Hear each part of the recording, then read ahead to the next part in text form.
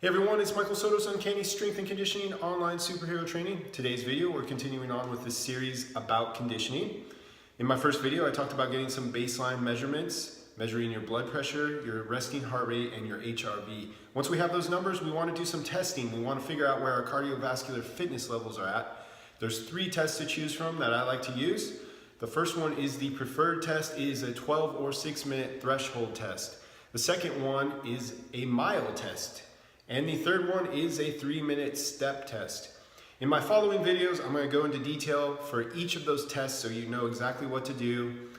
And once you get the information from those tests, you get a really good idea, along with your baseline measurements, what kind of condition are you in, and it will help you formulate your goals. So we'll talk about all those things in my upcoming videos. Remember, you can go to uncannystrength.com/online training and sign up for online superhero training.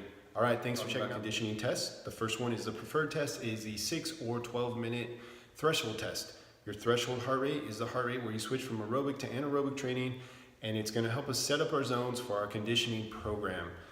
All right, so the test, preferably you can do a 12-minute test because that's gonna give you the best idea of your threshold heart rate.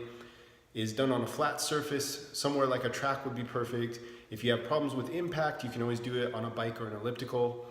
You're going to go the 12 or 6 minutes as quickly as you can, but obviously you're going to have to pace yourself. You are going to look at your average heart rate for the test, and that is probably your threshold heart rate.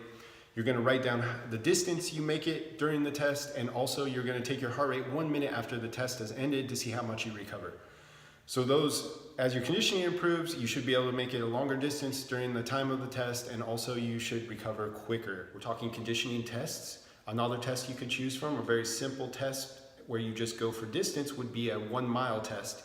You could do it on a track, a treadmill, or an elliptical, and you're gonna go as fast as you can for 1 mile. You're gonna write down the time it takes you, your ending heart rate, and your heart rate 1 minute after the end of the test to see how much you recover. All those numbers should improve as you get in better shape, so you should be able to go farther, you should recover faster. And it's a very simple test. The only thing is it's not going to give us that threshold heart rate, but it is a good test and it's simple, and you can check where your fitness levels are pretty easily. Do that test every so often just to see. We're talking conditioning tests, and the last test to choose from that I like to use is the 3-minute step test. So this is a good test if you don't have access to cardio equipment or a good track to go perform a test at. You can do a 3-minute step test. You just need a 12-inch step, and a metronome comes in handy. Have a person step to the beat of 96 beats per minute, and you just do that like it sounds for 3 minutes. Measure the heart rate at the end of the test, measure the heart rate 1 minute after the end of the test to see how much recovery has taken place, and then that test can be done in the future to make sure that their conditioning is improving.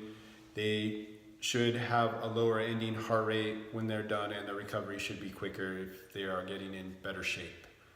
So that's just a real nice, easy, simple test. It doesn't need a lot of equipment.